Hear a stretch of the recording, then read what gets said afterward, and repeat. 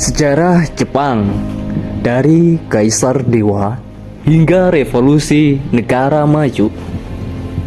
Di ujung timur benua Asia, di bawah matahari terbit yang abadi, berdiri sebuah negeri yang mempesona dunia.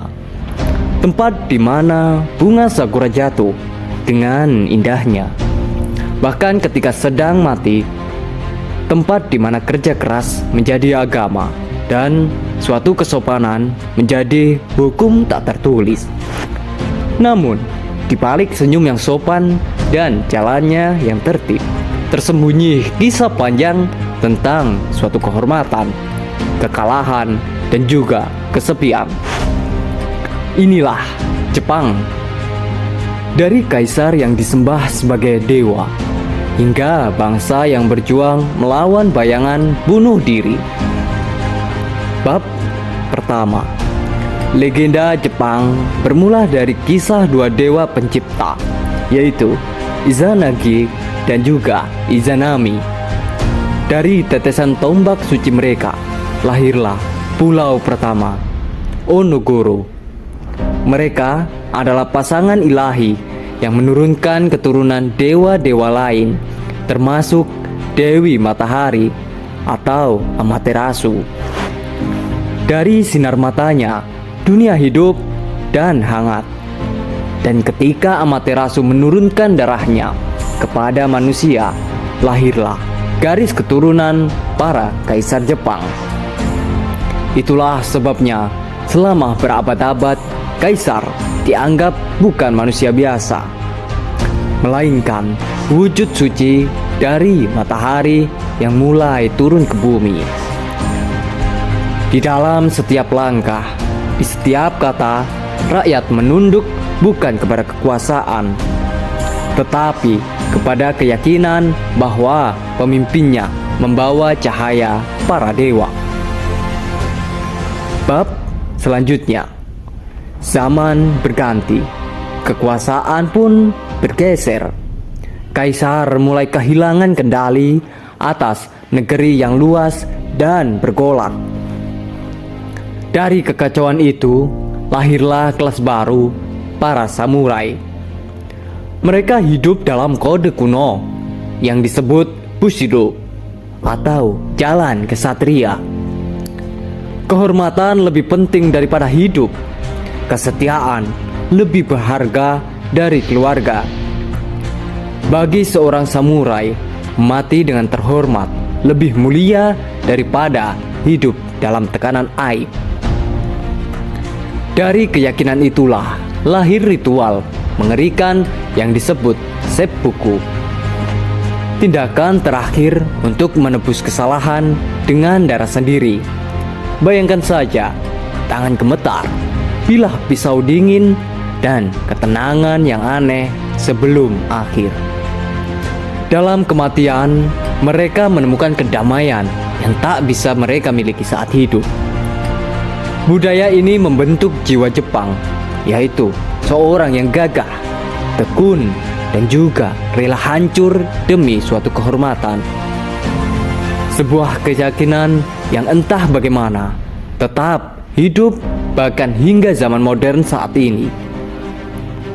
Bab ketiga, pada abad ke-19, Jepang hidup dalam isolasi 2 abad lamanya. Hingga suatu pagi pada tahun 1853, 4 kapal hitam muncul di Laut Edo, dipimpin oleh Commodore Perry dari Amerika. Mereka datang bukan untuk berdagang, tetapi ada hal lain, yaitu untuk suatu pemaksaan. Dengan meriam mengarah ke dalam pantai, Perry berkata, "Buka pelabuhanmu, atau kami akan membukanya untukmu." Dalam sekejap, isolasi yang dijaga selama ratusan tahun pun hancur. Jepang menatap dunia modern, dan dunia menatap balik dengan senjata dan juga ambisinya. Mereka sadar, tertinggal berarti binasa. Dan di bawah kaisar muda bernama Meiji, Jepang memutuskan suatu hal. mereka tidak akan menjadi korban kolonialisme seperti negara-negara Asia pada lainnya. Mereka akan belajar dari Barat, bahkan lebih cepat dari siapapun. Bab keempat, keagungan dan kehancuran. Zaman Meiji membawa kemajuan yang sangat luar biasa. Jepang memodernisasi diri, membangun pabrik, jalur kereta, dan juga pasukan modern. Mereka menantang kekuasaan besar, yaitu Rusia, Cina, bahkan Eropa. Dan juga mereka bahkan bisa memenangkannya. Dunia pun ikut tercengang. Bangsa kecil di timur kini berdiri sejajar dengan kekuatan dunia. Dan di balik kemenangan itu muncul suatu kepercayaan baru bahwa bangsa Jepang adalah ras terpilih, penerus ilahi dari sang kaisar dewa. Namun, kepercayaan itu membuat mereka ke jalan yang lebih gelap. Ketika Perang Dunia meletus, Jepang melangkah terlalu jauh.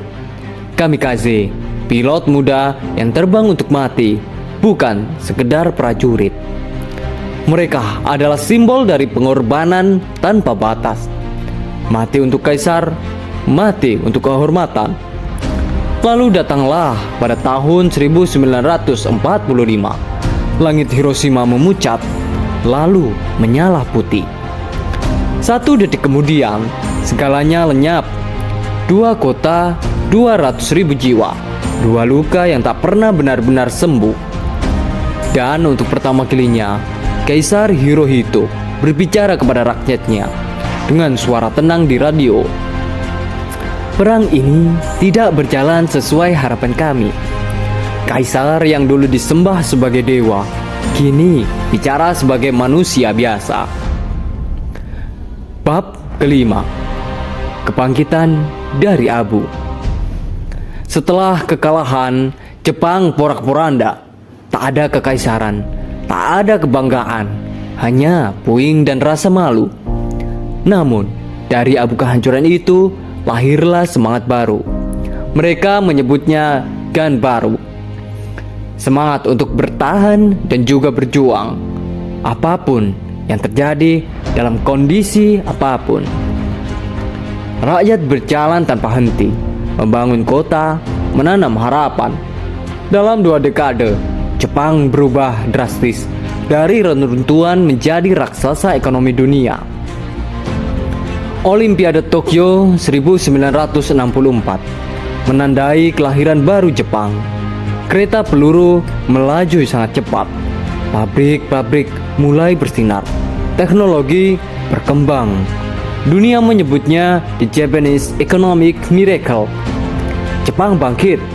Kali ini bukan dengan senjata, tapi dengan kerja keras dan juga disiplin. Bab ke-6, kerja, malu, dan juga kelelahan. Namun, harga dari kebangkitan itu sangatlah mahal. Nilai-nilai Bushido yang dulu milik samurai kini beralih ke ruang-ruang dan meja-meja kantor. Kehormatan diukur dari berapa jam seorang bertahan di tempat kerja. Orang-orang mulai hidup untuk bekerja, bukan bekerja untuk hidup. Dan dari budaya itu lahirlah istilah kelam, karoshi, mati karena terlalu banyak bekerja. Tubuh roboh di meja, jiwa yang terkikis perlahan oleh tekanan dan juga rasa malu. Dalam masyarakat yang menuntut kesempurnaan, kegagalan adalah suatu dosa besar, dan rasa malu bisa membunuh lebih cepat dari penyakit apapun. Bab ke-7, kesepian dan bayangan kematian. Jepang modern tampak megah, indah dan juga teratur. Tapi di balik semua itu, ada kesunyian yang mencekam. Ribuan orang memilih mengakhiri hidup mereka setiap tahunnya. Sebagian besar diam-diam di tempat-tempat yang jauh dari kehidupan sehari-hari. Di kaki Gunung Fuji ada sebuah hutan yang sangat sunyi. Namanya Aokigahara, atau yang sering dikenal dengan hutan bunuh diri. Tempat di mana banyak orang datang untuk menghilang tanpa jejak. Pemerintah memasang papan bertuliskan, "Hidupmu berharga, keluargamu menunggumu di rumah." Namun, kadang-kadang kata-kata tak cukup untuk melawan kehampaan. Bab 8. Generasi yang menarik diri. Tekanan sosial yang sama melahirkan generasi baru, hikikomori.